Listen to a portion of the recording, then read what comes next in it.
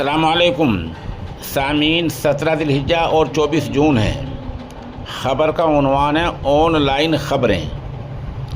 इस नामनगार ने दस्तक डेली के नाम से ऑनलाइन ख़बरों का सिलसिला शुरू किया है। इसमें उर्दू, हिंदी, अंग्रेज़ी तीनों ज़ुबानों में ख़बरें होंगी। जो ख़बर उर्दू में होगी वही हिंदी में होगी, वही अंग्रेज़ी में होगी। मैं इसका आपको लिंक भेजूँगा।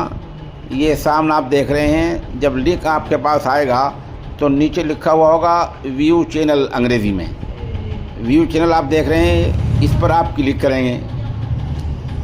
इसके बाद ऊपर लिखा हुआ होगा फॉलो, एक मरतबा क्लिक वहाँ करेंगे। फिर तमाम ख़बरें आपके पास खुद ब खुद पहुँचती रहेंगी।